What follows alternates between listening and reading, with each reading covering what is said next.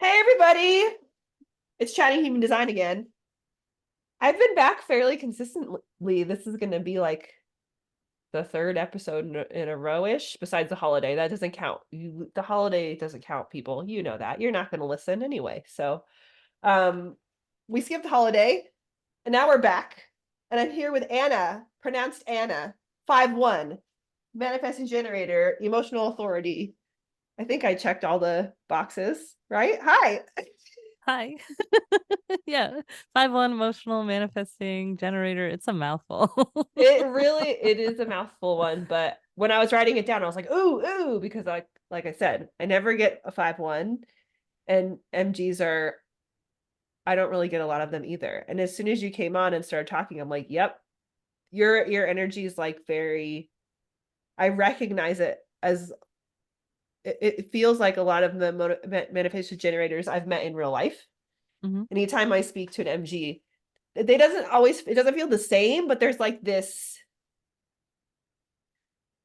energy of I don't know how to say it. Like it's hard to like I just can feel you being all like you're everywhere, but it feels very much like I don't have to be everywhere because you're everywhere. Yes. Yes. That's what I tell people a lot when they're like, "Oh my God, how do you know so much? That's so intimidating." I'm like, "Because it's my job to. It's not you're a 4-6. It's not your job to know all the things. It's your job to just ask me." Yeah, I don't want that responsibility. So when that at first when I first would meet manifesting generators, I was like, whoa, I can't carry all these balls. This is crazy. And then I was like, hey, you don't have to do it. Mental Yeah. projector. You let them do it. And now then it feels very safe because you feel very responsible. Like your energy feels very much like I know what this is. I got it. Yeah. You don't need to help me. Yeah. It's helped me actually to I've physically learned how to juggle, like actually juggle many years ago. And That's I pretty cool. yeah, it's not easy, but Mm-mm. it there's this you get into a flow state. And when you get into that flow state, all of a sudden it's like not you're not worrying about catching the next one. It's just emotion, Yeah. like muscle memory.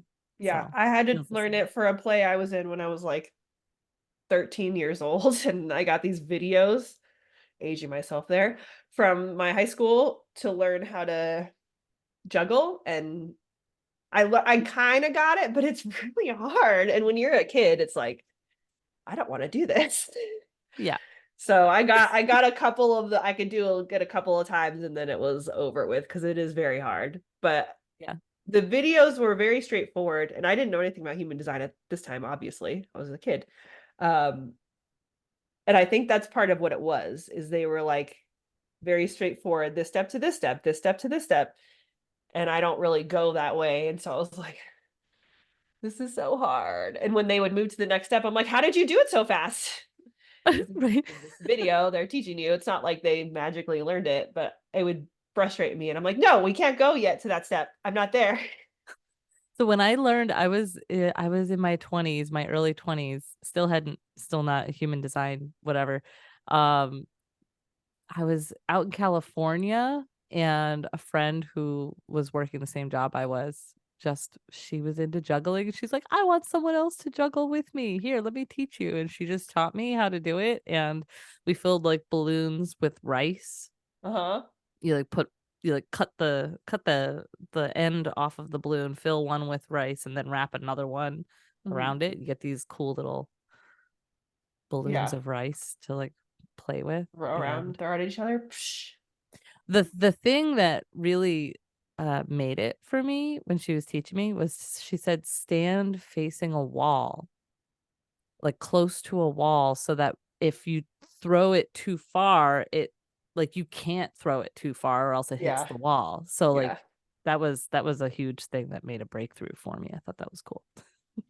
Well, now we know how you found juggling. Mhm. How did you find human design, or how did it find you?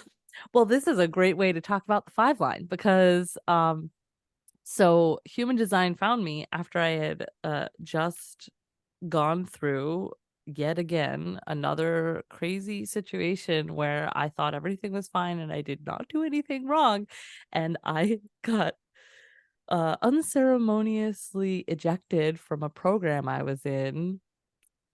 I was blamed for doing something that I absolutely did not do, and no matter how I tried to explain it or, like, make them see, which is a bid for control. You can't make anybody see something they don't want to. But I was trying to, like, make them understand how, like, no, no, no, no, that's not what is happening here. And Yeah, yeah, they had decided that I was the bad guy and there yeah. was nothing I could do to change it. And so I tried and then I walked away and I was like, okay.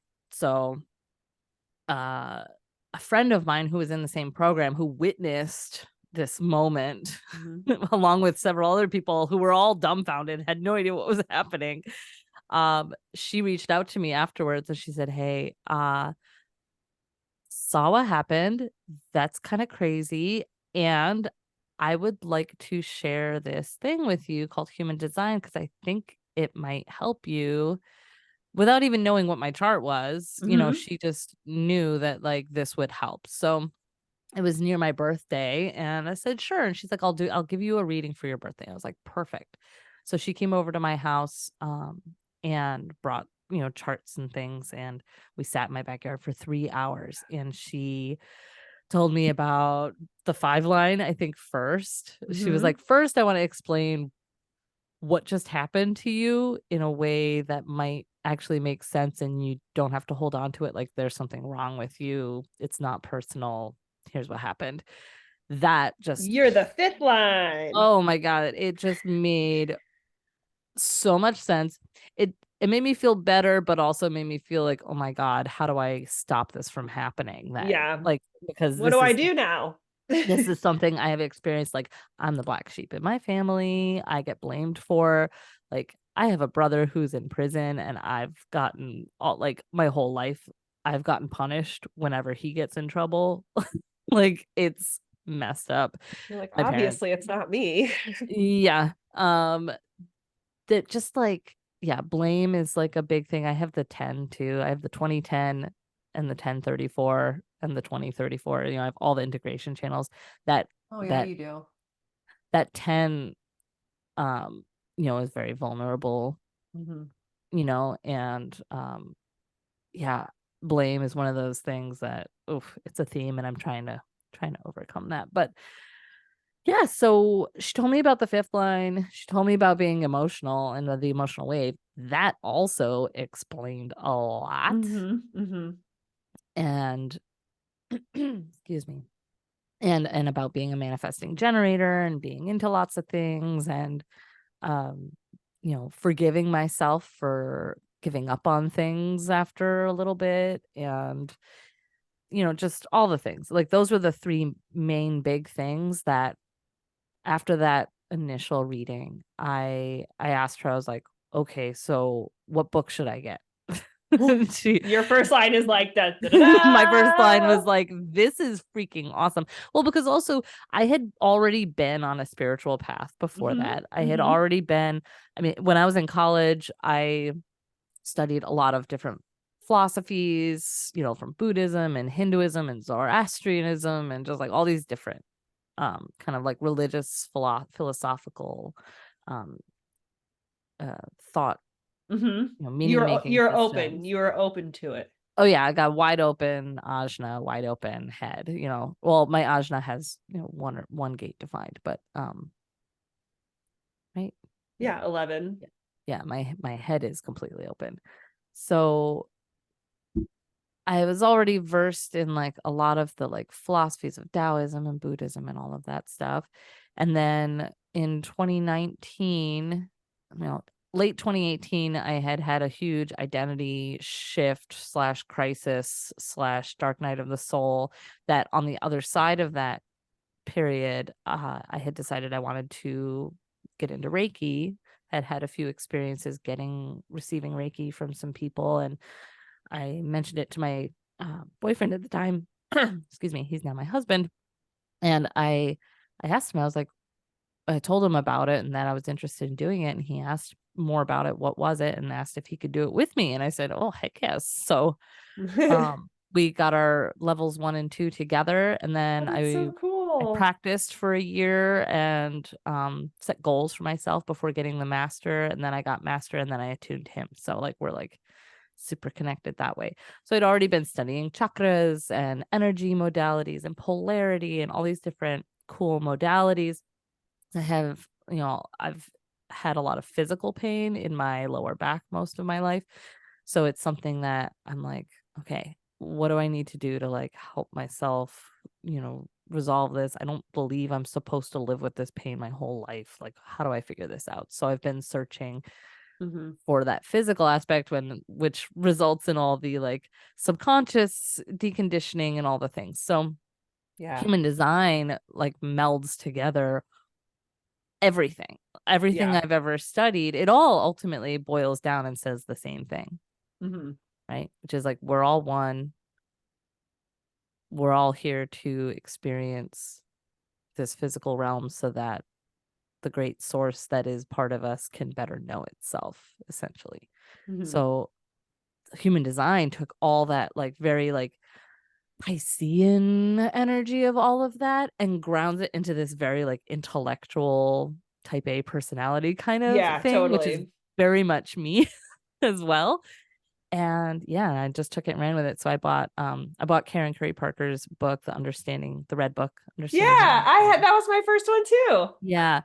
I read it cover to cover in a weekend while we actually like drove to Asbury Park in New Jersey for a little, weekend trip, and I wrote it out loud in the car while my boyfriend drove.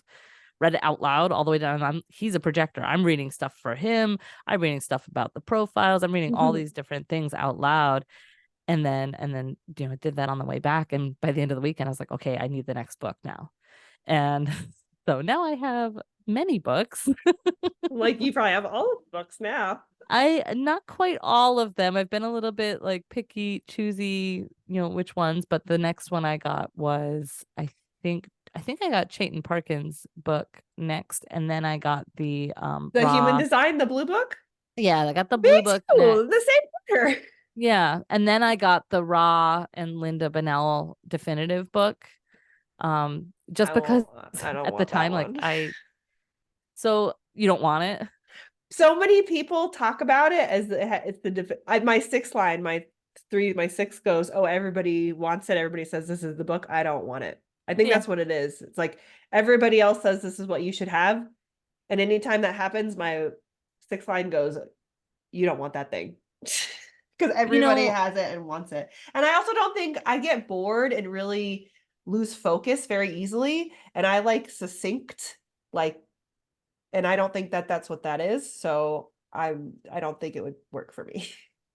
it's the languaging of it, which is what everybody talks about with Ra. The languaging is like very austere and very, Hmm. It's very raw. dry and yeah, and a little like rough around the edges in some spots. I do still find I use it for reference, but I'll have 4 different books and I'll like if I'm looking into a channel, I look at all of them and I kind of pull together a synthesis and I Hmm. try to let like my intuition guide me to like what parts are really coming through that feel pertinent, whether it's for a reading I'm doing or Hmm. if I'm designing a All my workshop books. or something like that. So I use the book still. I like to look up some of the like specific lines. He's got these like little like one sentence phrases for each line of each Hmm. gate. Hmm. And sometimes like some of the stuff is really cryptic and it just makes no freaking sense. And I'm That's like, how I feel. what the hell does this mean? I have a line book somewhere. I forget who did it. It might be Jaden and Parkin. I don't remember. But it's a book about the lines. I think it's called the Book of Lines actually, because I have the Book Yeah. of Destinies and Yeah. I love that one for Incarnation Cross. And I have the Book of Lines too. And it's very similar. It'll be like gate 13, 1, and then it'll give you like a sentence. But sometimes you're like, is this a fortune cookie? Like, what does this sentence mean? It's Yeah. very Yeah. like vague or just like Yeah. What? Yeah. Some of them do make sense and Yeah, some oh to yeah. me, and then some of them don't. And same thing with the incarnation crosses. His incarnation crosses in Ra's book, which he has a whole other book that goes way more in depth into all the incarnation Mhm. crosses and the gates. I haven't got that one's hard to get your hands on. It's like $100 on See, I'm Amazon also like a limited. frugal Same. gal. That's why I got his book was like a $55 book. Mhm. That was the third one I got when I had gone through the other two and I was like, Yeah. okay, I still don't have enough But of I what think I'm for your looking first for. line, that really Yes. works, you Yes. know. Yeah.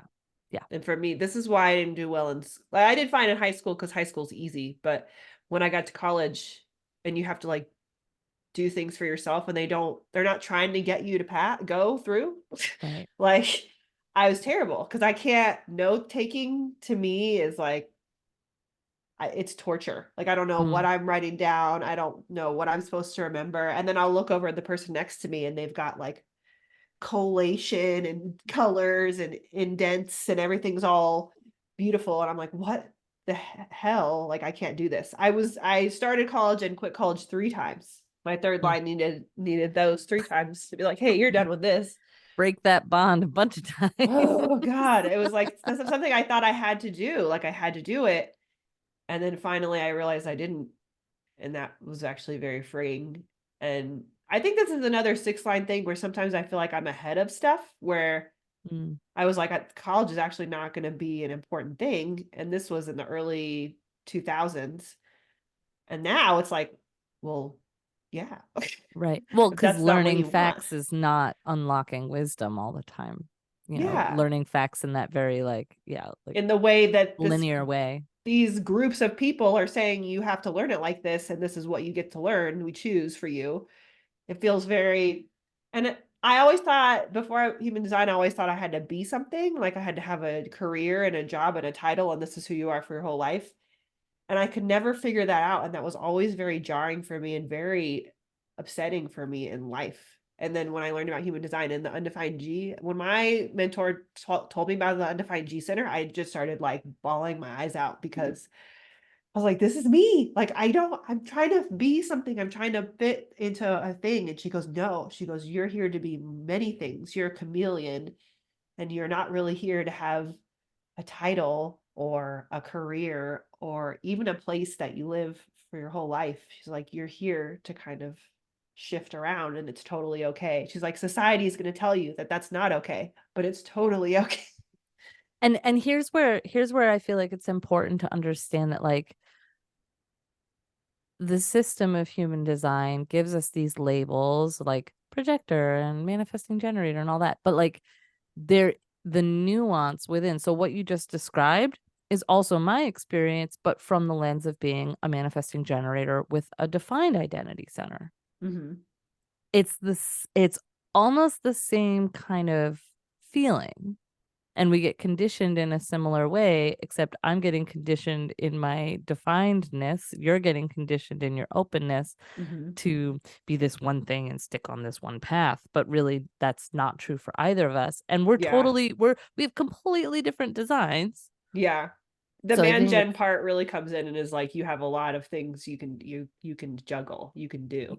I think yes. for me it's about realizing that I'm here to do to be a lot of different things, but I'm probably not going to do it all at once because that would be difficult for me to balance and like hard for my system. Hmm. But your system eventually, once you like we work like you said, we start to become aware of our conditioning and all that stuff, you can go, oh, like can have more than one thing happening, and then when this thing is boring and I don't want this anymore, I can just let it go and then Yeah. focus on these things. And oh, I want to go back to that thing because it sounds fun again. So bop. And it's like Yeah.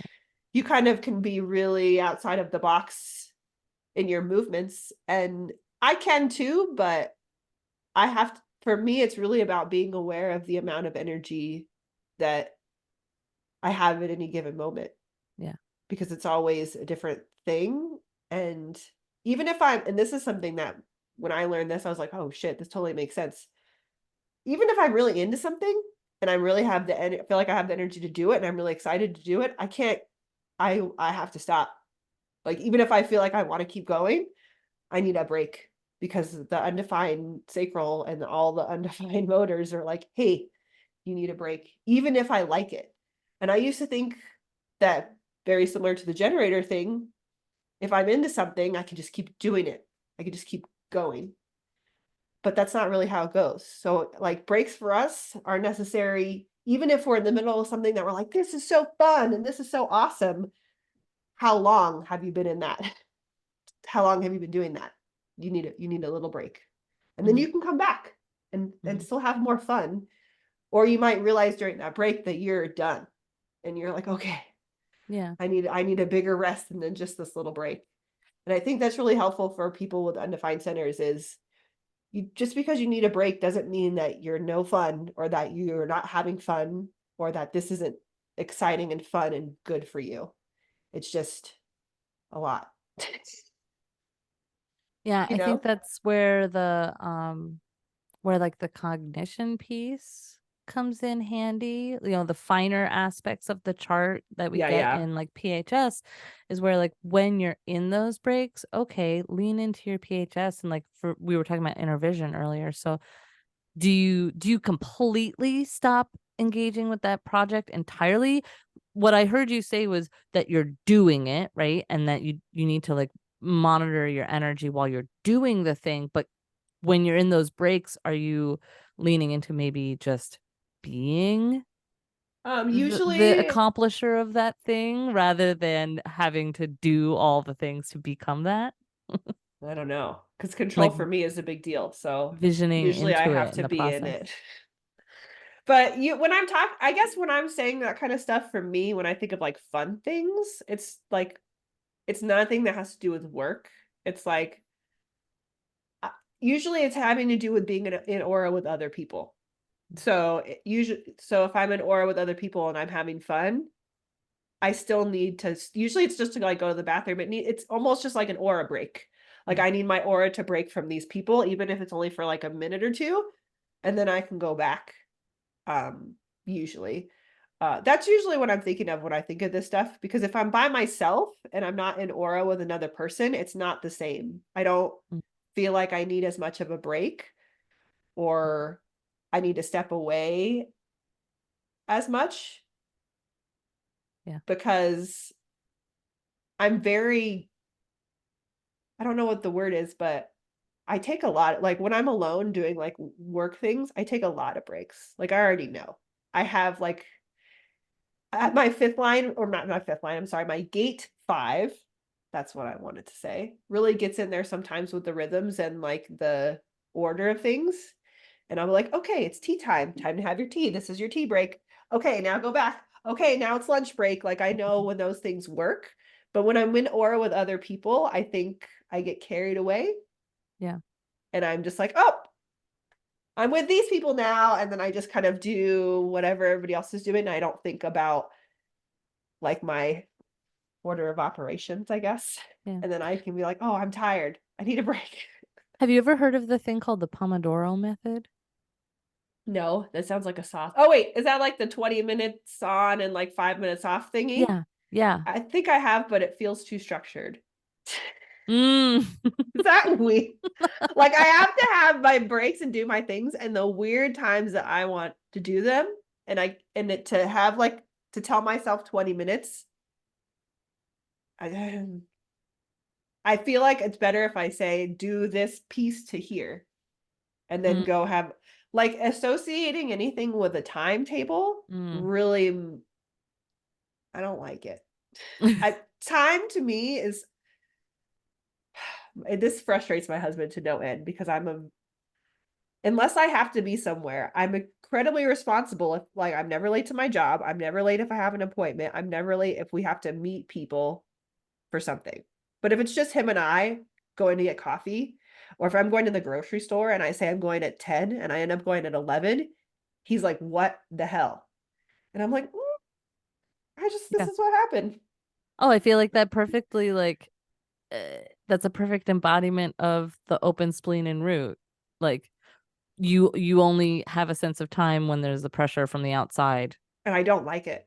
Like, Right. I don't like appointments. I don't, it bothers me. I know Yeah. exactly how long it takes me to get to work to the minute from my Yeah. house. Yeah. So I leave with no time. Like, if there was an accident, then I would be late, obviously, but I don't care. Uh, but because there's a reason for that. I'm Right. cool. Right. But I know exactly how long it takes because I don't ever want to be early because I don't like my job. That's one thing. But also, yeah, I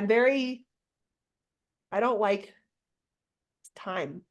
I don't like time. No, it's just it feels Well, very much like a lucky for us, it's not constraint. real. So, you can, We both have open undefined spleens and roots, so that's very interesting. yeah. Are you similar with time or you're probably more a little bit more? I used to be obsessed with being early for things because I was paranoid about not getting there on time. Like I Yeah. had a lot of not self. So I had like I didn't want to let people down by not showing up on time. Or Yeah, also I undefined think heart, also yeah. the fifth line, I didn't want to get the reputation Blamed. that Oh I was yeah. late. Like very like consciously and unconsciously Because you aware would of be this. late one time and that would be it. Oh my God. Or like people would just assume I was always going to be late. So like then that's like where like the parents started telling us, oh, come to dinner for 5 o'clock, thinking that we were gonna show up at 6. Right. But Yeah. then I started actually becoming like perfectly on time for things. And then I started becoming when I started playing music in a band, then I started becoming notoriously late for things. Like that's when the parents started saying like the wrong time thinking that we would show up late. And now I'm at a place where I just get there when I get there. And I've done a lot of that deconditioning work around time and timing and practicing patience and knowing that Hmm. exactly I show up exactly at the moment I was meant to arrive and all that sort of stuff and Yeah. really just listening and being more in the flow. But I used to be paranoid about showing up late for things. And then I became perpetually late for things. And now I'm kind of in that Yeah. I middle just get part. stressed out when it's like you have to be here at this time. I'm like, oh shit. Like that's an actual time. Okay. Um Sean, my husband, is a generator. Spleen, sacral, heart. That's it. Mm, And so I feel that the time I this helps me because I don't get when he like gets on me about the time, I don't want to be like, babe, I've told you a million times, like if I'm going grocery shopping or if we're doing something casual, it's never the time I say. It's always going to be later than that. I don't know how mm, much later, but later. I try to be better, but I'm not better. And he's gotten really good at I'll tell him a time like we'll go to coffee at this time and he knows it's going to be at least 20 minutes later than that and he's usually pretty right, but he's very much a like if he says he's going to leave at a time for anything, he's out. Usually earlier than what he says. And I'm like, earlier? Like, why? How do you do that? yeah, see, I wonder if I think this is yeah, more a sacral thing than it is a necessarily a root or spleen thing. So my husband's a projector. Hmm. He has the head, ajna, throat, and G defined Yeah. with with a split between the ajna and the throat. So he's not as obsessed with time and things as I am. But when we're together, we define everything except for the will center, the heart. Yeah. And so we're when we're doing things together, it's a little bit like there's this midway point between the structure and the relaxedness that kind of Yeah. happens. Exactly. Yeah. And it's just like more like as long as we're together, we don't really care. Yeah. Yeah. Usually he's been a lot. I think it just took him some getting used to because, like I said, if I would say a time, he would assume it was that time. And then when it over and over and over it ended up not being that time, he was like, hey, what's going on? And I'm like, I'm just not a so I said, I'm just not a time person. And he's like, what? Yeah. I'm like, it's just, it made so much sense when I learned about the undefined spleen as like literally time just kind of slips away and you're just, like kind of just unaware that it's happening until you are made aware of what time it Yeah. is. Yeah. And they're like, oh crap. Yeah. I have a couple practices around time that I do. Like one is where however long I think it's gonna take, I double it. That's So a good practice. however much time I think I actually need, because I am fast and I can do things very efficiently, but also I tend to sidetrack myself or whatever, like getting out the door can take 20 minutes. Yeah, for Um, sure. because all of a sudden I have to clean the bathroom because I just saw Yeah, how or do the dirty it dogs was. have water? Or like, I'm Yeah. like, wait, what's Yeah. I'm the same Yeah. way. He'll be Yeah. standing at the door ready to go on like fucking with his phone, and I'm like, did the dogs have water? Are the lights off? Like, Yeah. what's happening? Yeah. Are we Yeah. really ready? Yeah. Yeah. Like, That's yeah. funny. Yeah. So however long you think it's going to take, double it. If it's a project that involves multiple people, triple it. Yeah, that's a good If you think idea. it's going to take a week, it's going to actually take 3 weeks. Yeah. He used to not include travel time whenever he would talk about like the amount of time it would take to do things. And I'm like, hey, Mm, hey, hey. yeah. I'm like, do you want to get there at this time or do you want to leave at this time? And he's like, oh, I want to get there. I'm like, okay, well, how long does it take to get there? Yeah. Then we have to Yeah. leave at this time. Yep. But since he's always early, he always is ready early. He's like, well, he would have been ready by that time no matter what. Yeah. Yeah. And I'm I like, you also, have to keep me in line. yeah, I used to stress myself out by like piling a lot of things in one day to like try and be efficient and get Oh everything yeah, yeah, done yeah. while I'm Had to out. find a route. Yeah, while I'm out in the area, I'm gonna like go grocery shopping and do this and get that and get a oil change and do all these things. And I used to do that, and then I would get stressed out because the first thing took 15 minutes longer than I thought, and then the second thing took 20 minutes longer than I thought. Next thing I know, I'm an hour behind my internal schedule that nobody put Yeah. on me but me. Yeah, But yeah, yeah. now I when I'm booking out like days, if I have 2 readings booked for a day, I think in my head that I could also go do something that evening, but in reality, I'm like, how about I'm just gonna not commit, and I'm Mhm. gonna see if I can decide when the time comes and see what my sacral says, because I might energetically just not be into it at that time. But a week prior, my energy is like, oh yeah, I can do all these things. Yeah. Yeah. Yeah, I that's exactly what I was like when I came to design too, was to-do lists. And whenever I wouldn't cross something off, I would get so pissed. Like I have to move it. I'm like, oh, I'm so angry at myself. And now I purposefully am like, don't do this to yourself. Like give yourself basic shit. And like if you have to move laundry to tomorrow, it's not the end of the world. You'll be Oh okay. yeah. Oh And yeah. I think this is like we learned this because we learned about our designs, but these are like big pieces for everybody is, Yeah. hey, how much stuff are you trying to cram into every single day? Do you even know what time it is when you're in the middle of those things? Do you even know where you are? Like, what's happening? How fast are you going? Even as an MG, Anna knows that it's too fast, probably. And you it's too much. We're all to me it's I we grew up in the culture of give 110% every single day of your life, squeeze every single moment of your life. You have to get everything out of life, all of it, all the time, or else you're not doing it right. And that just sounds like so exhausting. That's what we call toxic capitalism. Yeah, yeah. And it's like maybe being in the moment is getting it right. Yes. Maybe that's all Yes. that there is. Maybe that's all that it is. And you need to relax. Yes. All Absolutely. right. We're going to do an MG pivot like no other. We're Yeah. going to start talking about you and your stuff and what you've got Oh, coming up because I think it's really interesting. And um, I want to talk about it. It has to do with music, but I'm going to yes. let Anna continue. Cliffhanger. Yes. Go ahead. Thanks. Great segue. Thanks. So I am starting a podcast that is launching January 12th is the first episode. It's just a little solo intro episode. And then I have a bunch of interview episodes. It's kind of I'm trusting it and letting it unfold the way it wants to as episodes start getting released. So I may have solo episodes between interviews to kind of extrapolate and expand upon things we touch on in the interviews. Hmm. So like human design concepts, astrology things, different things like that. So Yeah. it's called Music by Design.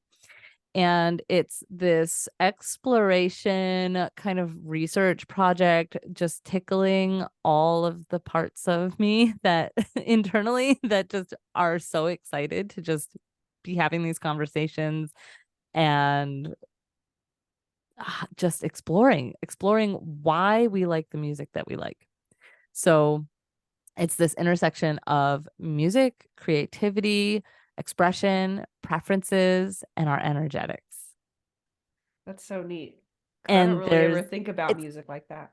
it's wildly correlative, and people who are science is everything people might not don't listen, but also it is very scientific because the way I'm doing this research is very it's anecdotal and correlative, but it's still research nonetheless. So it has Yeah. scientific pieces to it, but it's also just wildly out there. And it's just something that I had this day. Can I tell the story of how I came Oh up yeah, of course. up with this idea? So I'm a musician. Music has been a huge part of my life, my whole life, and I've been playing instruments since I was very little. I currently play music with my husband.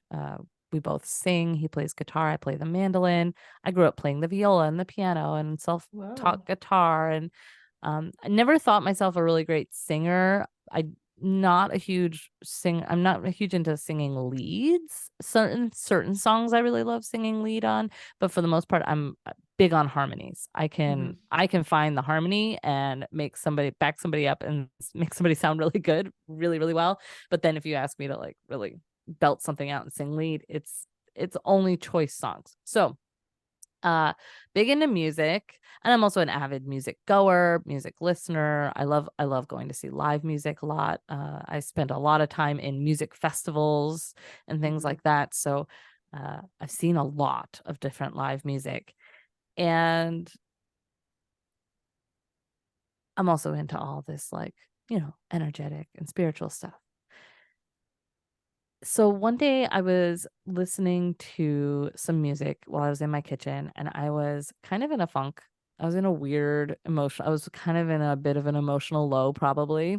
Hmm. And there's like certain music. I feel like a lot of us do this. There's certain music we go to it's when we're feeling certain ways, right? Like if you want to feel a certain way, if you want to like be pumped up about cleaning your house, you're going to listen to something that's going to like have a driving rhythm and really like make you Hmm. move. But then if you're feeling more contemplative, or if you are like, in for me that particular day I was just like irritated and feeling like F the world and meh, meh, meh. And I'm like, what song is going to make me feel validated, right? In this kind Hmm. of not selfie kind of a moment. So I started listening to, my go-tos are Fiona Apple and Amy Winehouse when I'm in that Hmm. kind of a mood.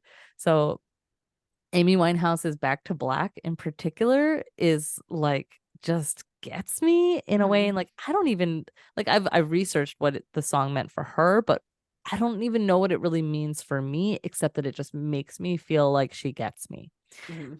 And same thing with Fiona Apple's music. Like I love her lyrics a lot, but I started listening to her music when I was in my teens, Hmm. and it doesn't resonate as much for me now because that music was making me feel validated in my not self, right? Hmm. And I'm not in those places as much anymore. So the music, it holds a nostalgic piece for me. Yeah. I can reflect on how I used to feel when I listened to that music, but doesn't it doesn't validate me anymore because I'm not in those places anymore. So this idea started getting my gears turning, and I'm singing along to Back to Black. And I'm like, man, what is Amy's design? So I looked it up. Hmm. She is also a 5/1 emotional manifesting generator. And I'm like, oh, Oh, that's cool. interesting. For a design that I have not encountered personally, Yeah. many 5/1 emotional manifesting generators. not only that, she has a different channel. She's a 1222 emotional wave. I'm a 59.6, so we have a little difference there, but she's also single definition and has the exact same centers defined as I do. Oh, wow. So I found this really fascinating and I was like, whoa. She was also born in the same year. You and I also were born. We were all born in 1983. Hmm. Sorry, cat's out of the bag. Oh, Uh everybody knows I'm 40. I don't care. um so she was born like a month, like two, it wasn't even a month. It was like 3 weeks after I was born. So we have a lot of the same outer planets. Hmm. Pluto, Neptune, Uranus are in a lot of the same gates. So we have the Yeah. same kind of collective themes going on.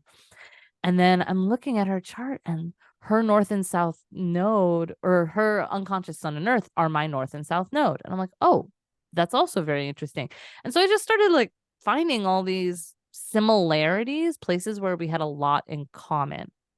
And I feel like when we're in our not self, or when we're just younger, in our younger years, we're differentiating, we're trying to figure out who we are, we tend to gravitate towards things that feel like similar to us, right? Yeah. So we're looking for those companionship energies, those kindred energies that we look at in a chart. What do we have in common with this person? Where do we feel like we belong? Where do we feel seen? Hmm.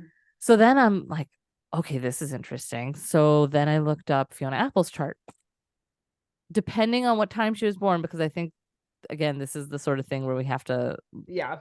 we look at across the whole day if we don't know their exact birth time. She's either a 4-1 or a 5-1. So we have that Both. similarity there. Hmm. Also, emotional manifesting generator. She was actually born one day away from Amy Winehouse, but in a different year. Oh, wow. I'm like, holy moly. So these two powerhouse, powerful female artists who are Hmm. primarily solo artists with maybe a backing band, right? Yeah. But wrote their own music, very powerful, very influential, um, emotionally driven lyrics are really resonating for me. And they have very similar energies. And Hmm. I have similar energies to them. So it just kind of got my gears turning and I started looking up all the musicians and whether they were a musician or a songwriter or both. I just started looking up everything that I've Hmm. ever been interested in. And then that just started sending me down more rabbit holes. Then I started looking at like all the charts of drummers. And then I started looking at all the charts of, like just my one line just was going off the Rabbit rails. holed out, man. Yeah, for a couple weeks, really. And this was 2 years ago. I started Nice. this. Then I started talking about it with some friends, people that are into similar, like people that are into astrology, even if they're not deeply, they at least have some of the lingo, or people that know a little bit about their human design, and just Hmm. asking them questions about music that they like, and then looking at their chart. And I started doing these chart comparisons, and I'm like, finding these correlations that now when I'm looking at someone I'm going to interview, I have these like 3 or 4 places that I look at first, instead of just being overwhelmed by the whole chart and trying to be like, Hmm. just there, I don't see it. There's specific places I look, or when if I can't find anything with one person and one artist, if I look at a number of artists that they like and Hmm. start to then the patterns kind of emerge. And this is where I also feel like my gate 18 really kind of like comes through. I have the Yeah, 18 yeah. is my unconscious moon. So it's this drive to find these patterns in these bigger themes, right? That kind of come Hmm. through and emerge. And then I have a very my brain is passive. Like I have like, I'm like DRL, PRL, if anybody speaks that language. So I have a lot of left stuff going on Yeah, in yeah. the way I take in things. And so it's like sometimes if I try to look at the charts and try to make the pattern emerge, I feel like I get stuck. But sometimes if I just trust and I just start like pulling, and I make these notes that I don't think anybody else could read, but I Yeah, make these yeah. notes with all these notations, and then all of a sudden the pattern starts to come out, and my responds to it. My body feels Hmm. it.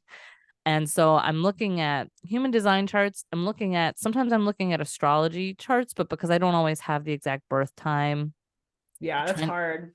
you can't always like be like, oh yeah, it's in this house and this sign and blah blah blah. Hmm. It's not Hmm. always super accurate. But with human Yeah. design, the main thing that usually will change is like profile or Mercury or the moon. Yep. Sometimes type can change drastically across a 24-hour period for someone's birth date, but Yeah. that's where also I feel like it's important. Like type is important, but also when it comes to this comparative stuff I'm looking at, I don't even hardly ever look at type. It's usually more often the profile, the sun and earth gates, the nodes, the moon and the Mercury. And Oh, it's wow. it's those very personal the close personal planets, those parts, and it's like, where am I finding that in the music that they're listening to, Yeah. and seeing how they cross pollinate.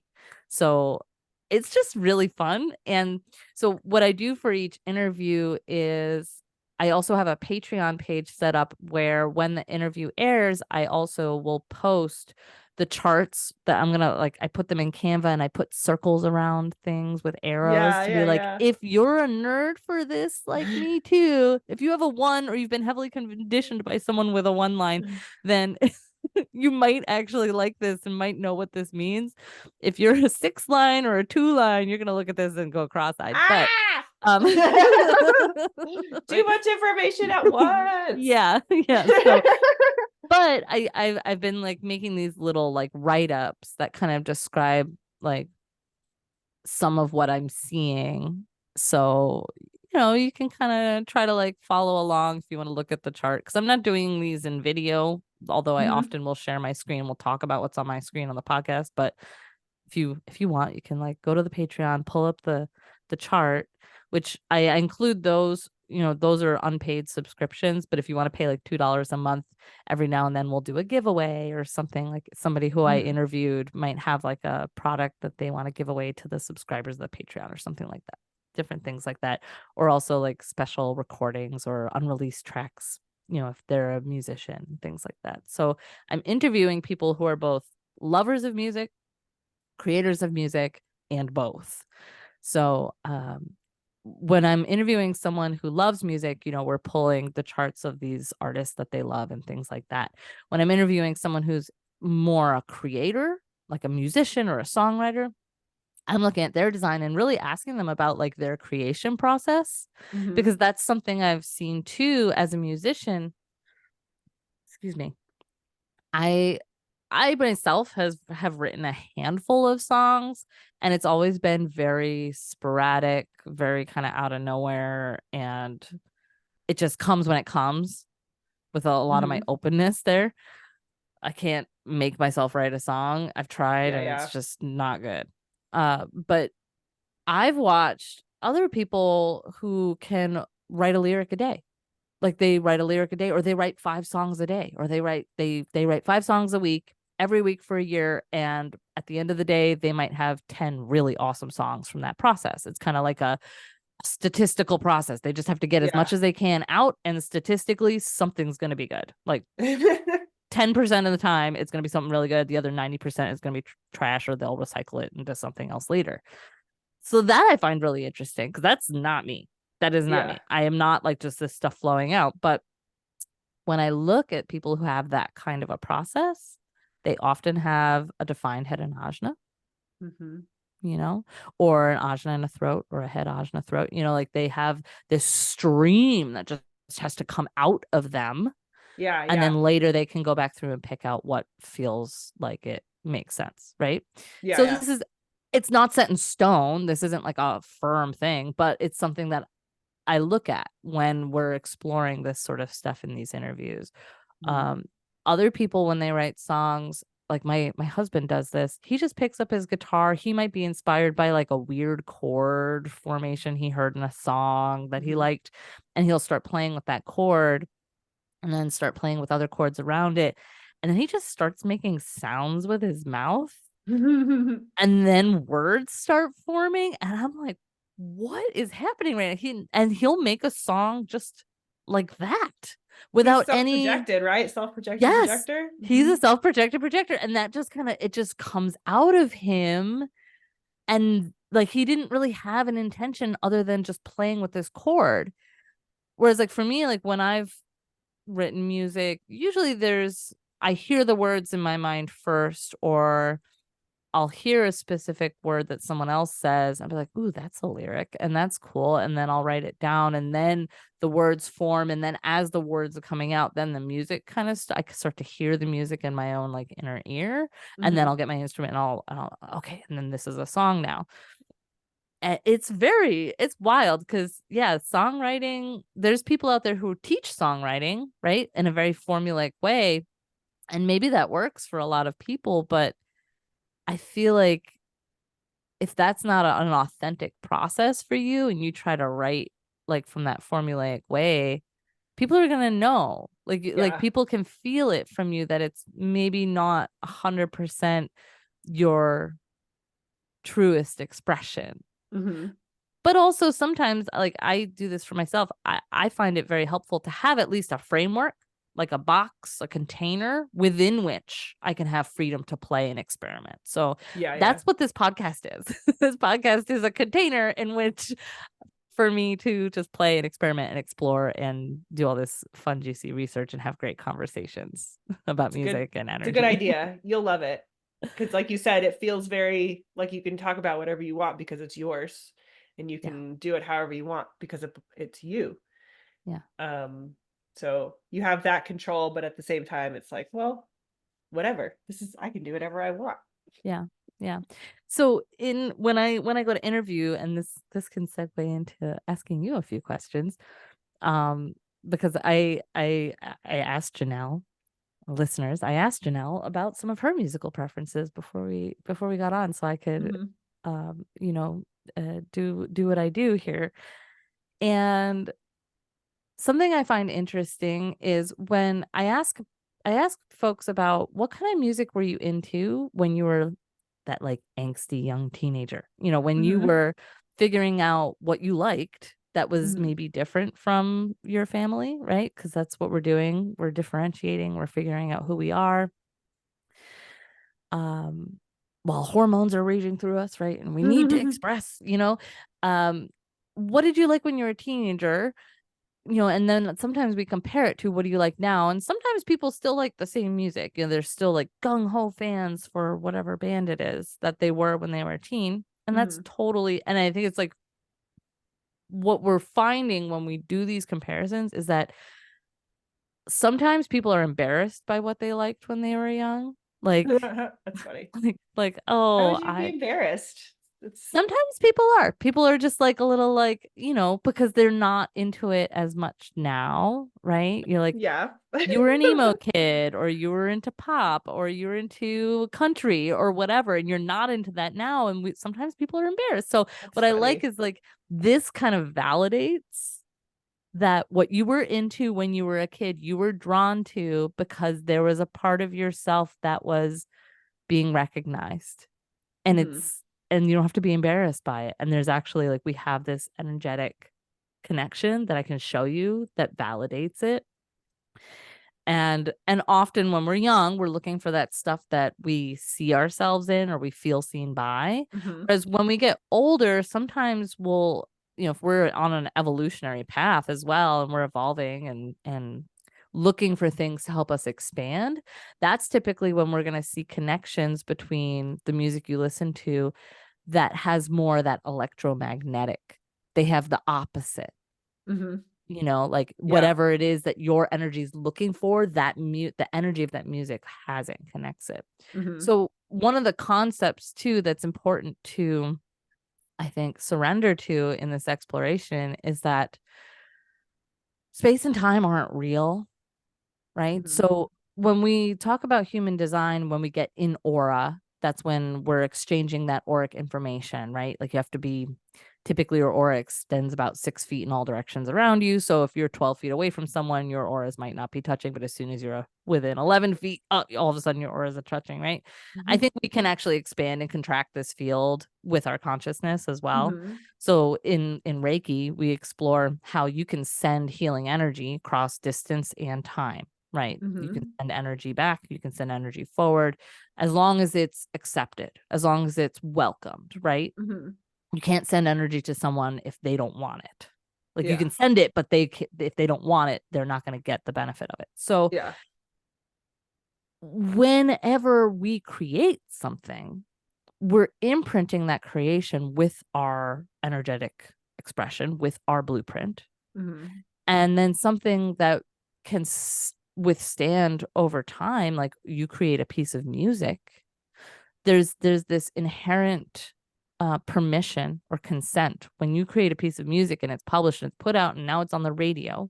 There's consent now, this implied consent that anyone who listens to that music is tapping into your energy, your Mhm. energetic field in a very like distant, it's not like being an aura, but we're still getting those connections. Mhm. So when you listen to that music when you're a teenager, you're tapping into the energetic expression of that artist or the person who, anyone who's involved in creating that music.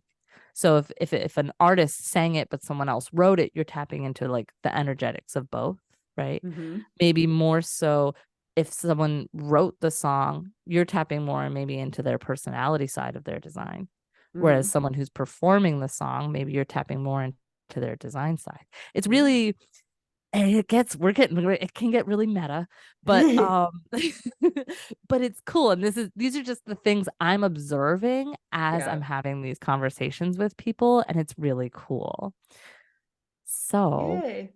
Well, I feel kind of bad because I'm not really a music person, but I mean, we can talk about whatever you want. well, and that actually, and that's cool because like what it is was I asked you which aspect of music do you prefer? If you could only have one, which would you choose? Really great lyrics or a driving rhythm?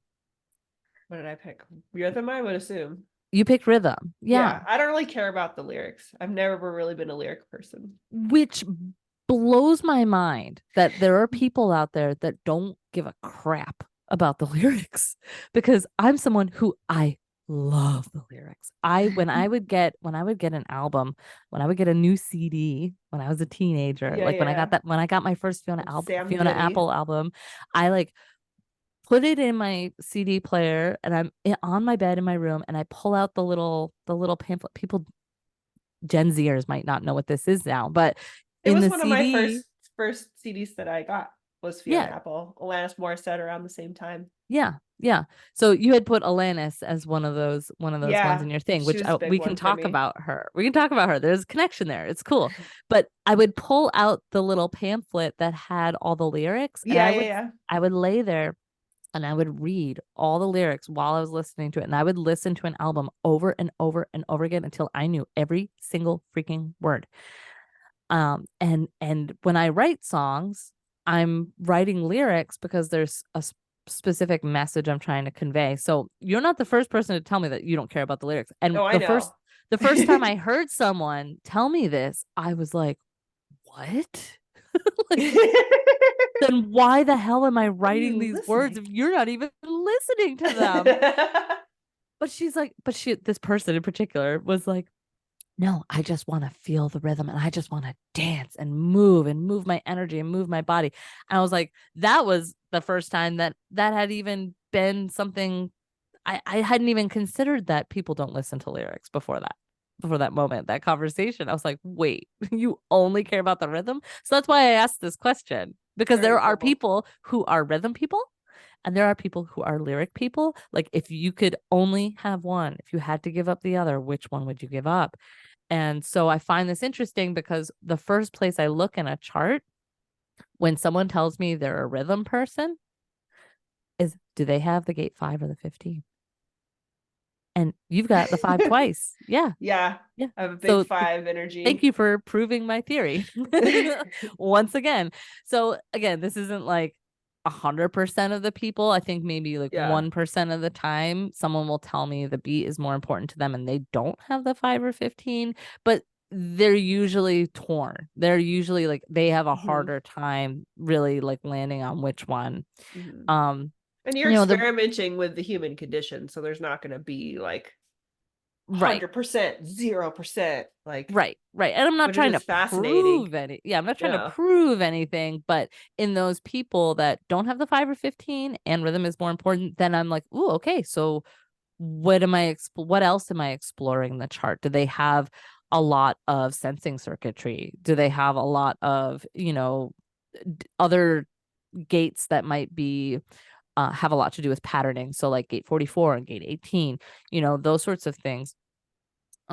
Or just different things. Maybe they only have definition in the root and the spleen, or Hmm. something like that that might have that same kind of tie to rhythm and timing. Hmm. But the five is like the most prominent energy. And this is Yeah. when I started exploring charts of drummers. They all Hmm. have the five or the 515, like every single one of them. Yeah. You're To not a keep the drummer. rhythm, to keep the Yes. beat. Yeah.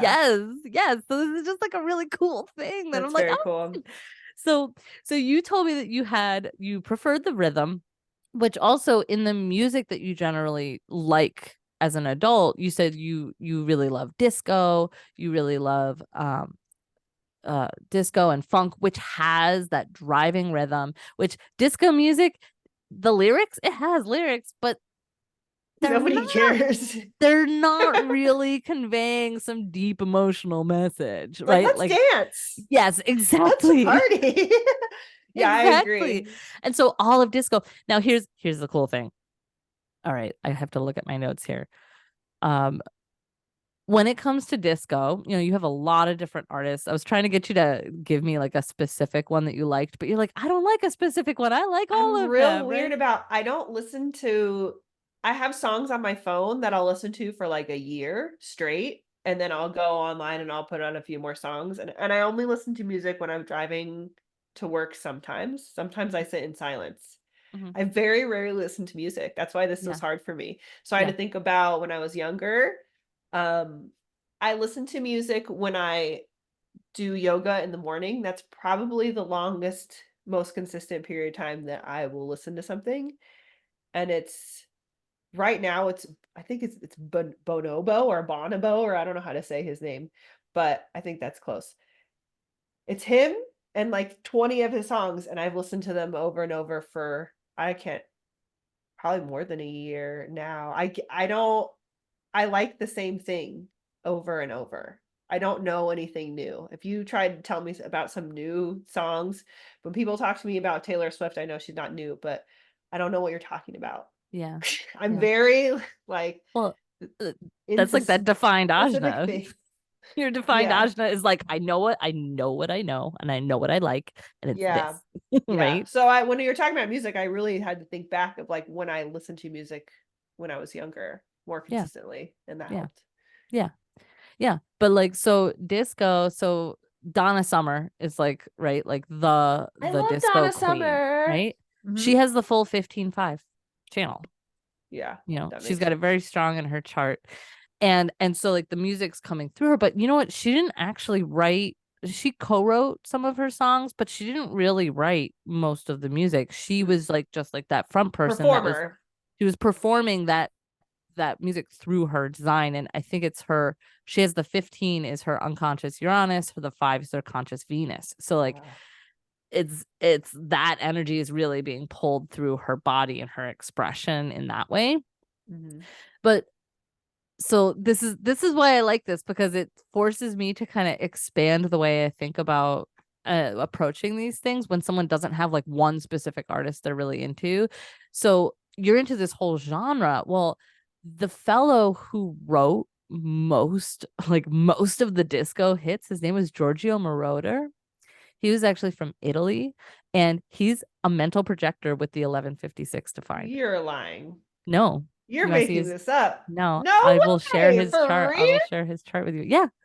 That's crazy. It's wild. And the 11 is his conscious moon, and the 56 is his both his Pluto gates. Because that makes so much sense that during that time, a lot of music would be written by a small amount of people. Yeah. Because, like you said, they're manufacturing a sound, they're manufacturing Yeah. this disco thing. And so once you get the sound, it's like, okay, this song. Because if you listen to a lot of disco, a lot of it sounds very similar or the same. Like it's Hmm. not very differentiated. Hmm. Hmm. So to think Yeah. that one person put a lot of that together, and for almost anybody listening to this podcast knows a lot about human design, but if you don't, mental projectors are like 3% of the population. So for her to say that was why I was like, nah, because that's very specific. Like if she would have Yes. just said projector on it, but like, okay, but mental projector and With the same 1156. channel, with the same, the only, like, he literally has the same, and this is where, like, you have different cross of incarnations, different, like, you have other gates that are in common and things like that, but Mhm. it's that The the mental projector thing way. is weird with the Yeah, 1156. yeah. So it's like, this is the sort of thing that comes out when I'm doing this stuff. You It's must have just, been so excited when you figured this out. there's other things. There's so many things of all the different, bands and music and different things, like the things from your teenager years. Also, there's some really strong stuff there too we can talk about. But the other piece I want to pull in here, so the other piece I pull in is often astrocartography. Okay. So if anyone doesn't know what astrocartography is, or it's also called locational astrology Hmm. sometimes, you use the same natal information. I use a website that's, I think it's AstroClick Travel is what it comes Yeah, up yeah, I as. think so. You can, for free, you can look up your chart, you can put in your birth information, and you get this map of the world with all these crazy lines all over the Yeah, I place. did this and I was immediately overwhelmed. Yeah. Okay. So basically, you get a line for each planet for each of the different aspects. So you get a sun line, you get a sun ascendant, you have a sun descendant, a sun midheaven, and a sun imam coli IC. Each of these represents like a different aspect of the sun energy and Mhm. how you relate to it. So the sun ascendant is like, if you see your sun ascendant line going through a certain place on the map, then that place is going to, that whole line, it's going to go through many places. Those are places that are going to kind of elicit you feeling like you are seen and shining for who you are, like Mhm. in the most truest way. Yeah. The sun descendant is where you're gonna see and feel that expression through others. Mhm. The IC is where you see and feel that in the environment of Yeah. that place. And then the MC is where you're going to see and feel that in like this development and evolution of the self. Like we usually associate MC with being like business, but it's actually like your dharma. It's kind of a North Node kind of an energy Yeah, as yeah, well. yeah. Okay.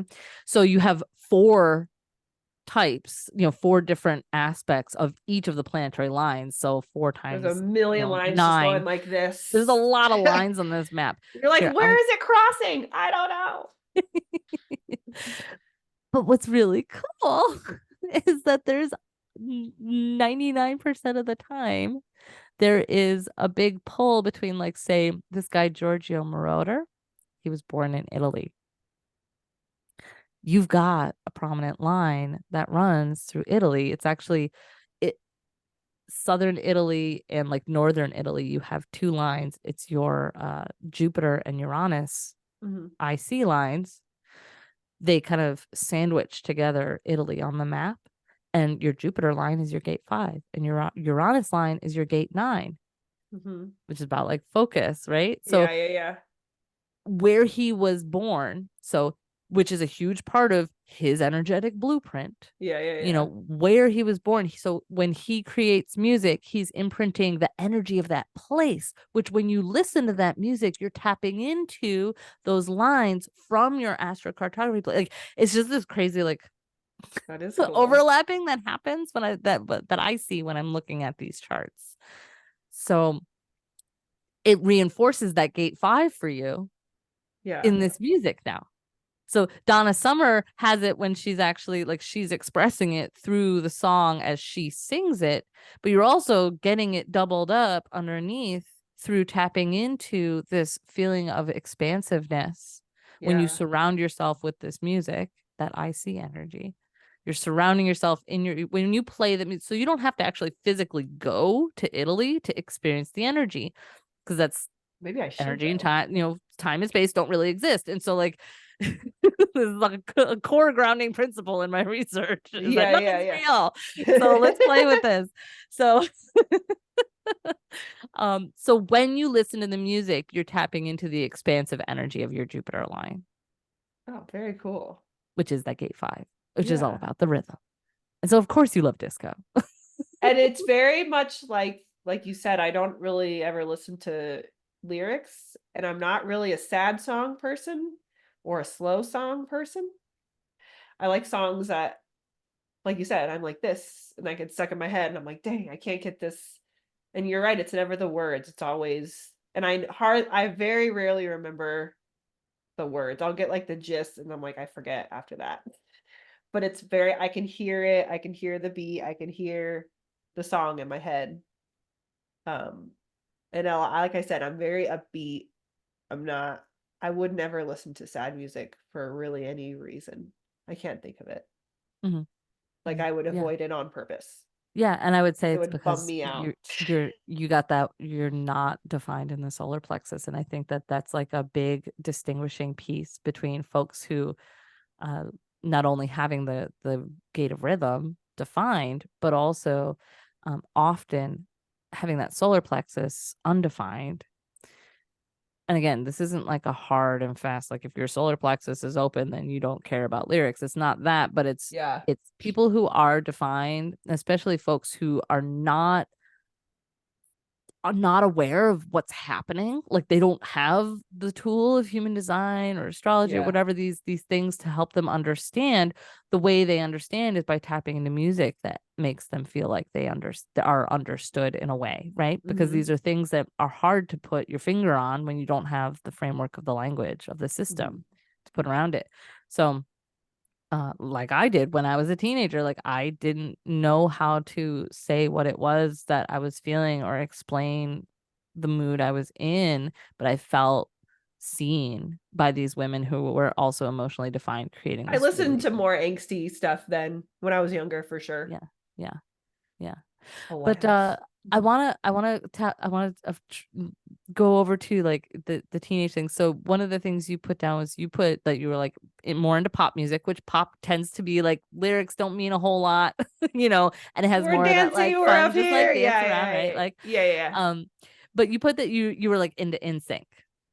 Like that's probably the most of any sort of music that I can think of in my entire life. That is the most influential and the most I've ever cared about a single band or thing in my entire life. Like I Mhm. was one of those freak girls who was just like recording things on TV with when you put the videotape in and you would record like their Yeah, yep, TRL performance so you could watch it like 50 times. It was the first concert I ever went to. yeah, I was obsessed.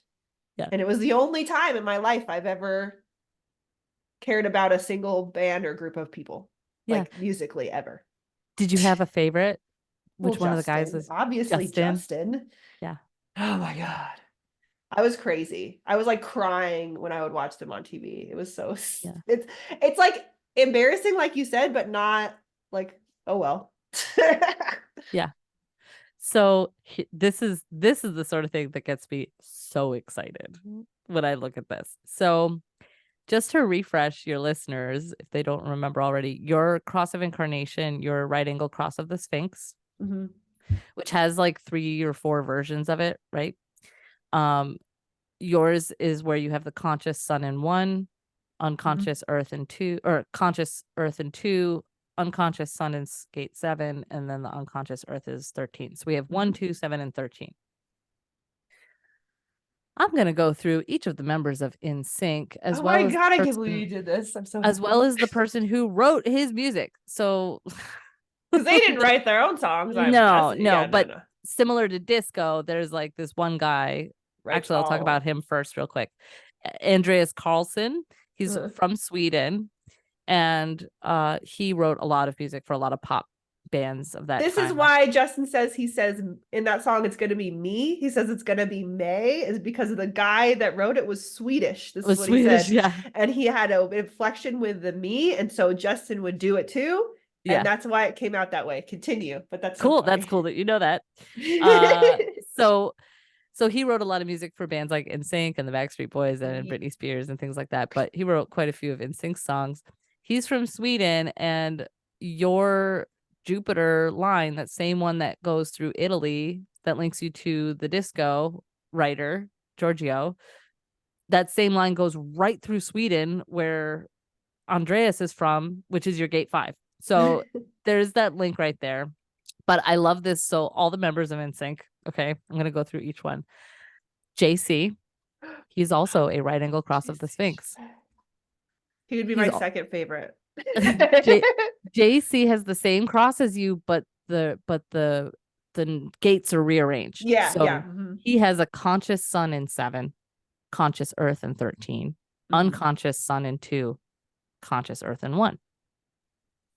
Lance, also a right angle cross of the Sphinx. Weird. And It's this is a probably rare also, cross. yeah, and this is also something where this is probably why they actually like worked Got as a along. group, because they all have this like very prominent like common stuff. All except for like one of them. Chris? Chris? So actually Chris and Joey have the least in common with Okay. everybody else. They were my least favorite. Yeah, I know. Isn't that funny? And not to be a jerk or anything and not to diss NSYNC, but if you asked NSYNC fans to rate the members, I would assume that those two would be near the bottom for most people. Continue. So I don't I'm know. not trying to judge, but I mean, from when I was a child, if I went back there and I asked all of my friends, like I already know the answer. So yeah, Lance and Justin, I know were like everybody's like top 2 yeah, favorites, right? JC was pretty up there too, but the blonde Lance and Justin thing was very popular. Yes, yes. I remember that too. I never got into NSYNC, but I was aware of them. So Yeah, look because at as I was, we're the same time. yeah, yeah. I was what, but see, You went the other way. I was into the moody singer-songwriter stuff. You were more into like the pop. Christina Also, Aguilera, Britney Spears, yeah, and I Sync. also was not. I was raised born again Christian, and I was not allowed to listen to secular music until I was Oh, old enough so to you were start like buying it. Jars of Clay, yeah. Yes, Jars of Clay and I DC had, Talk I had and that. I had that. the I had all those Newsboys. too. I had Yeah, all those, but that was I chose it. Like my family wasn't religious. right. I like would hear Okay. the one of their songs, and I would be like, "Oh, I like this beat," and then I would get the CD or whatever. I'm like, "Oh crap, this is a." I wouldn't even know it was a Christian band. I would just be like, Right. "Oh, I like that song," Yeah. and then I would Jars get of into them, and I was like, "I don't care. I like this song, the beat." yeah, Jars of Clay was like the most secular I could get within the genre of Christian music. Oh But anyways, wow. so I wasn't really allowed to listen to pop music, so I only got little bits of it like on the ride and on the bus to school in the morning and friends and things like that. But so as I was looking at all the charts of all the guys in this band, I'm like, I can actually tell. I'm like, oh, I know which ones people didn't like just because they don't have as much in common with the other ones. Like, it's so funny. So Lance is the same. He's right angle cross of the Sphinx as So well. So crazy. JC and Lance are both right angle cross of the Sphinx, but Lance's is flipped from yours, where the unconscious Earth and Sun are flipped. So Lance is conscious Sun gate 2, conscious Earth gate 1, One. Yeah. unconscious Sun 13, 13. 7. Yeah, and unconscious Earth Oh, 7. that's so neat. Justin is not right angle cross of the Sphinx, but his unconscious Sun is gate 1, and his unconscious Earth is gate 2, and his North and South node are 7 and 13. Hmm. So he has the cross of the Sphinx in his entire unconscious lineup: Sun, Earth, North node, South node. Yeah. And then so Joey Fatone, Oh, Joey.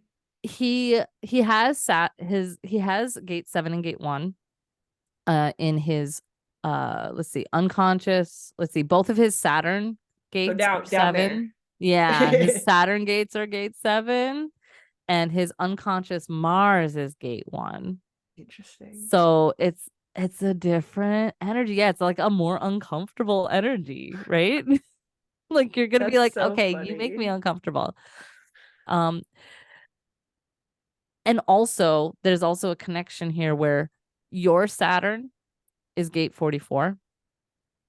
His gate 44 is defined in both Uranus gates, his unconscious sun and his unconscious Mercury.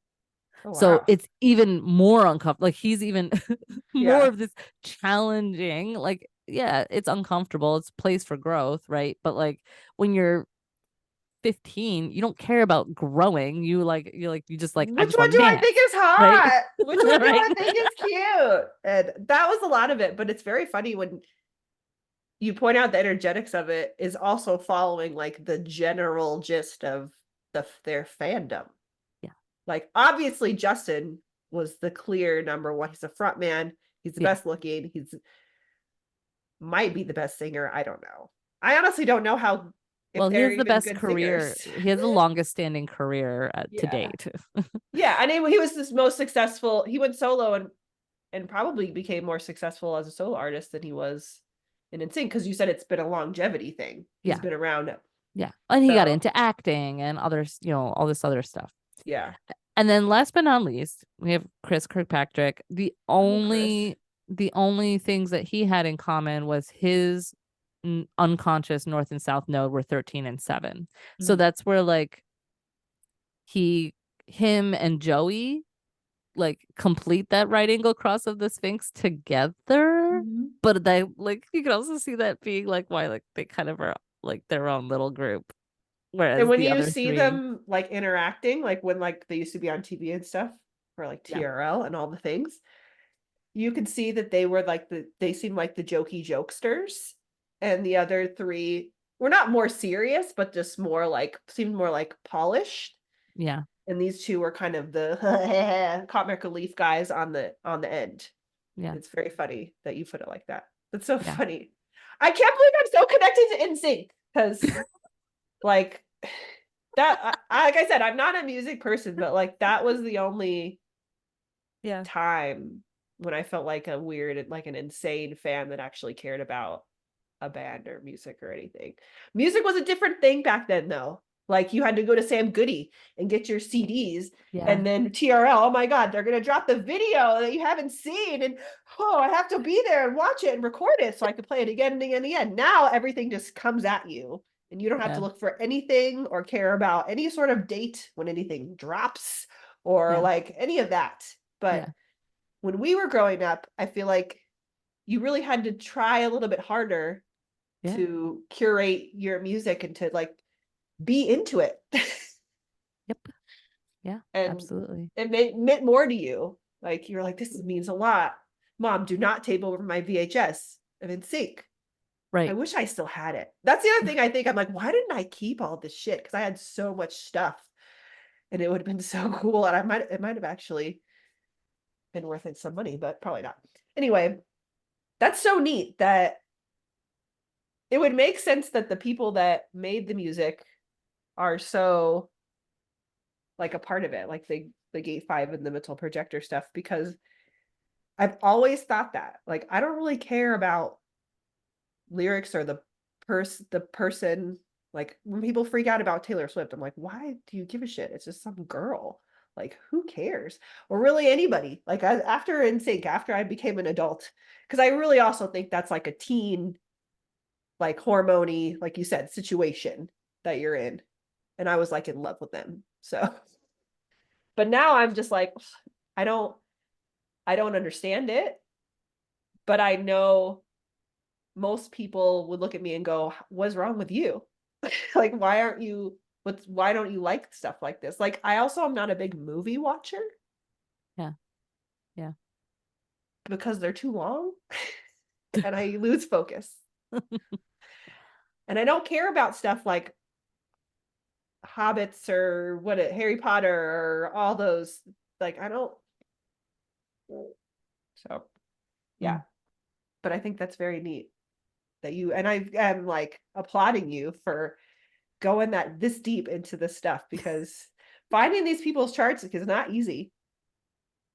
No, and that's where like there's certain things I don't go too deep into the charts. Like I'm not really looking at their PHS. I'm not looking at Because you their don't know if the tones and time's colors. right. You just don't Yeah. know. Yeah, and even like solidly saying they're this type or they're this, I what I love is I use genetic matrix, and they now have the birth time range chart that you can look Oh, at. that's So great. you can see on one page every 3 hours how Mhm. their chart would change. So that's where, if there is anything that I'm like not sure about or I'm not finding, I always put noon in if I'm running the chart Yeah. myself. But also on genetic matrix in their research section, you can actually Google, you can look up, like you're Googling, you can look up an artist's name. I'll look Mhm. there first because I think they do have people that are rectifying charts. Oh, that's nice. So yeah, so they have like a precise birth time that they're working with for that chart for that artist. So I look there first, and then if I can't find it, like for a lot of interviews I've done with folks, they're more into more independent music where they're writing and creating the music themselves, and they're maybe not famous enough to be in genetic matrices, Do you contact them and be like, standpoint. "Hey, what's your birth time?" No, I haven't yet. I've just used the birth time range and just kind of and that's also something we might discuss if the person I'm interviewing is that into that artist. And we'll talk about like, well, what do you think? Do you think they're a splenic manifester or are they an emotional generator? Like, what do you Mhm. think? Like, just based on like how you're connecting to the music. And at the end of the day, we all have all of it. We all get to Yeah. experience all of it. And so just through different people's, like, again, it gets wildly anecdotal and wildly you know subjective, but it's fun. And at Yeah. the end of the day, my MO is it fun? So uh the other part of me, so again, like this is all like one line. This is super intense. If you want to look into the mind of a one line, listen to my podcast. But Yeah. um the 5 line in me is like, okay, but what's the freaking point of all of this? Like it has to be practical, right? In some way, shape, or form. And I think we get conditioned that the arts and music are not practical, right? Yeah. From the over culture.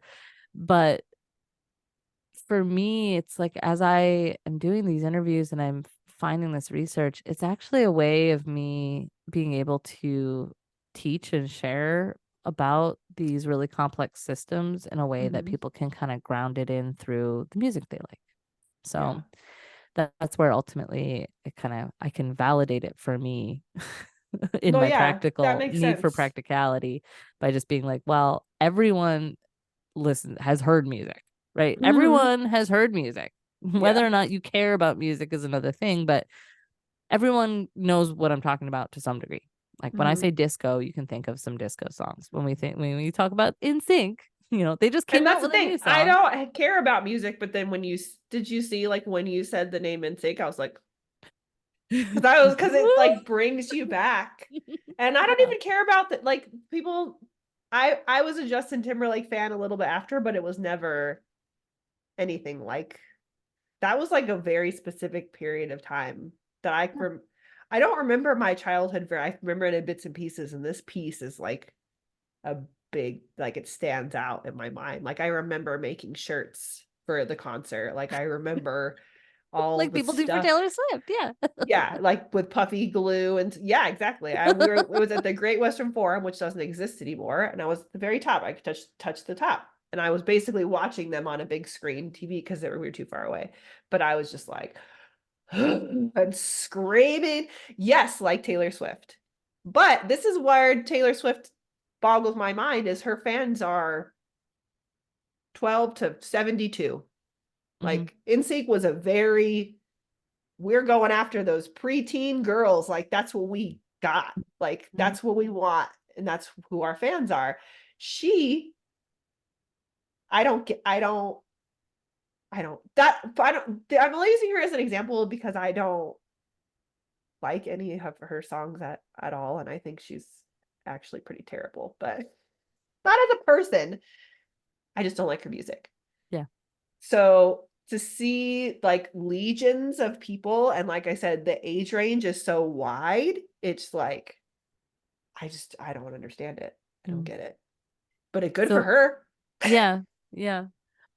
Well, I could talk about Taylor Swift, but I actually want to loop back around for a second. So with the In Sync for you, like we talked about, they are they are embodying your incarnation cross, That's true. right? That's probably why I was like, They are yeah. showing you. Yeah, no, they are showing you all the different ways because it's your incarnation cross in all these different ways. Like the sun and earth gates are all flipped in different The directions. other So it's three ways, and then I'm the fourth yeah. way. Yeah. So it's like this crazy funhouse mirror of yourself that you were able to connect to when you were trying to figure out who you were, right? Yeah, Like when you yeah. were, and then once you get past that point of evolution, then the music kind of loses its attraction, right? Because Mhm. you don't need that anymore to ground you into I still the listen to their holiday album at Christmas. It's the right only for fun. one I listen to. Because we all need to be regrounded into who we really are around the holidays, right? So Yeah, yeah. And that album is very like dancey. And I was like, ooh, I like this dancey. And it reminds me of my mom because I remember like decorating my tree in my early 20s at my mom's house and listening to that album.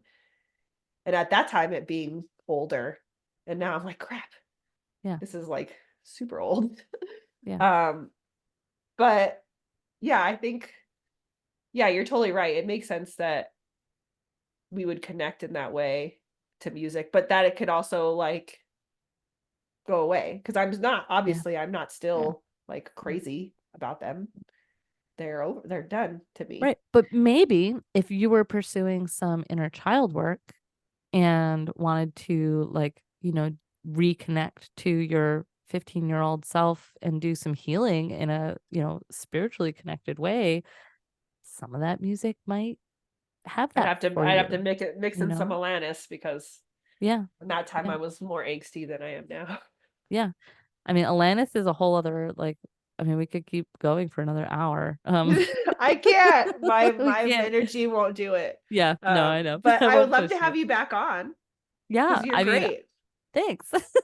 And I mean, I'd like to be on your podcast, but I don't like music, so I think that would be not good for your podcast.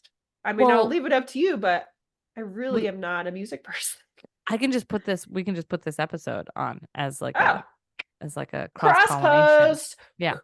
Yeah. I love those. Okay, perfect. Good. I don't Yeah. have to like music. Great. No, but see, you do, but it's different. Oh, there was one other piece I wanted to tie in the astrocartography real quick.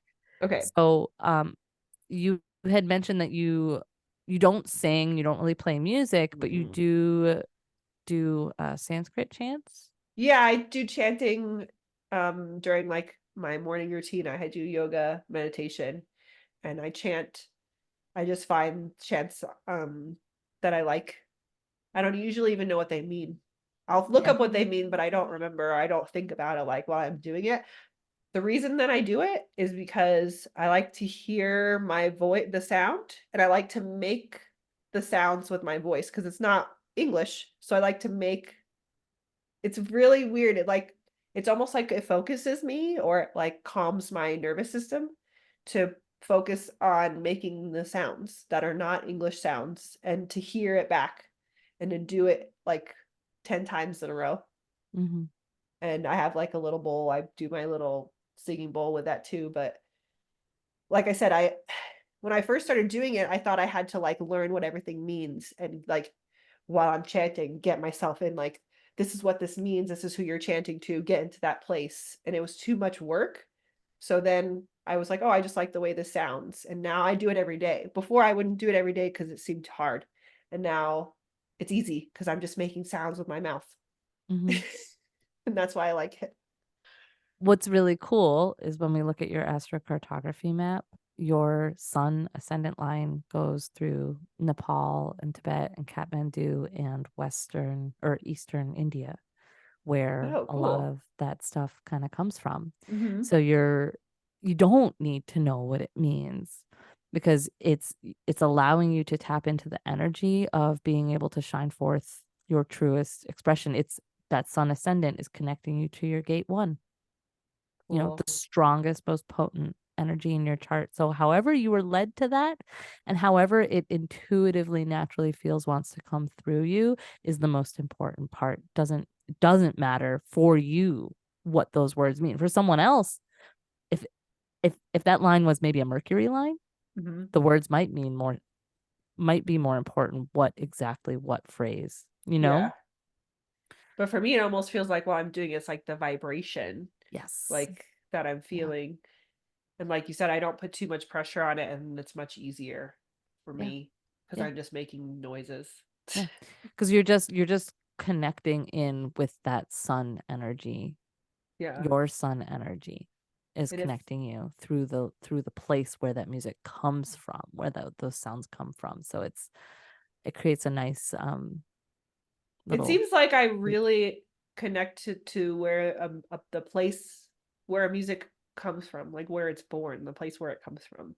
Yeah. Because when you say it like that, whenever I hear music like randomly, not me listening to it, but it's on TV or it's somewhere, and I like it, it's usually foreign and Hmm. it's usually dramatic.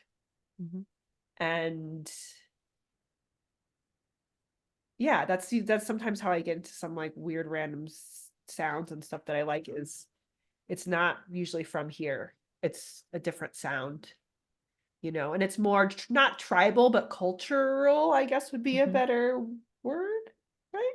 Yeah. It feels like cultural, like this is the music for those people. This is Hmm. the music for that place. Yeah.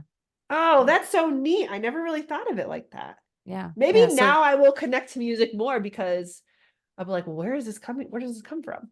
well, we can use it as a tool to lean into our own natural energetics. So a way Mhm. that I intentionally use music is all when I'm typing something up because I hate writing.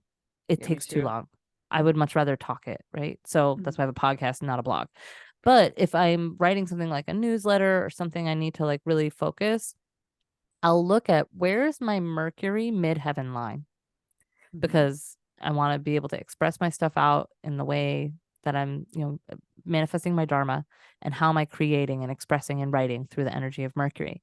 I look at Mhm. where that line is, and that line for me falls through.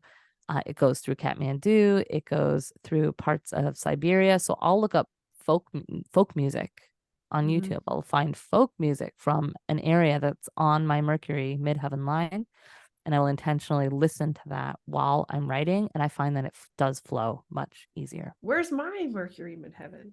Let's I take know a you look. have it already right there. Yep, I just gotta pull up the right chart. Let's see. When I work with my 1-3 line friend Rebecca, and I'll ask her a question, and she kept looking to the left, and I'm like, "What are you looking at?" And she turned her screen, and she had like chart this, that, and I'm like, "Oh, that's what you're looking." I'm like, I don't need to see that. I'm glad that you have it. Let's see. That's so funny. I think it is. Let's see. It's that green one between those red ones. So it looks like it runs through like way out in eastern Russia, Siberia.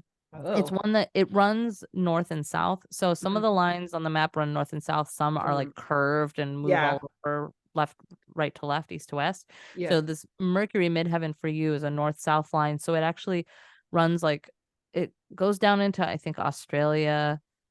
It moves through all the like islands in the Oh, Pacific cool. there, kind of south of Hong Kong. Um, and it looks like it skirts really close to Shanghai and then up into northern China and then Siberia. Okay. So yeah, so for you, I would say like folk music from those like the Philippines, Hmm.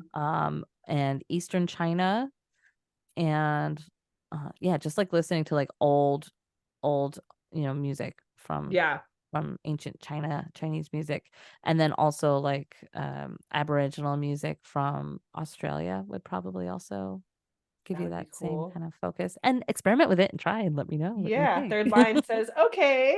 Yeah, I love yeah, yeah. experimenting. Yeah. That was how I pulled the astrocartography piece in, was like learning about astrocartography, getting a reading a long time ago, and then leaning into my astrocartography lines for specific things. And I'm like, what's the thing that I can always find is music. I can Hmm. always find music from pretty much anywhere on the globe. And so Yeah. that's how I lean into that. But you can also use like a picture of the place to access the energy, Hmm. or a souvenir or something. Like, you don't always have to physically go to those places, or talking to someone who's from there, Hmm. or someone who wrote the lyrics to a song that's from there. You know, like, this is how that kind of additional locational astrology piece pulled in for me, and now it all kind of like mixes together in this podcast to like create these really wild That's so associations cool. and validations of the I music love we love. it. I totally love it. Music by Design coming January 12th, right? Yeah. 12th? Yep. Yes. All right. Yes. Cool. I'm excited. Why don't you tell people where they can find you? Yeah. Instagram and all that stuff.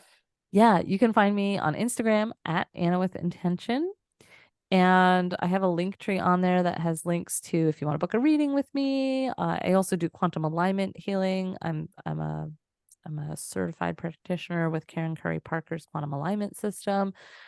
I do subconscious reprogramming so we can try to survive within toxic capitalism and patriarchy without all the conditioning of it, Hmm. uh, for the betterment of all. Right? And yeah, Music by Design is currently on Spotify. I'm working to get it on Apple Podcasts and a few other places as well. So stay tuned to that. And you can also find Music by Design on Patreon. You can just go subscribe so that when I start dropping things, you get those little notifications and check it out. Yay! Yay! And if you are a person who is super gung ho into a particular musician, artist, songwriter, composer, and or you are also a musician songwriter yourself, I would love to talk to you and have you on my podcast. So Yay! you can just shoot me a DM on Instagram, and we can get a conversation going and see if you'd be a good fit. Let her know, and then you can go on and she can blow your mind with, "Hey, do you know that guy that wrote every disco song ever? Well, yeah, he's a mental projector." Whoop. That's kind of crazy.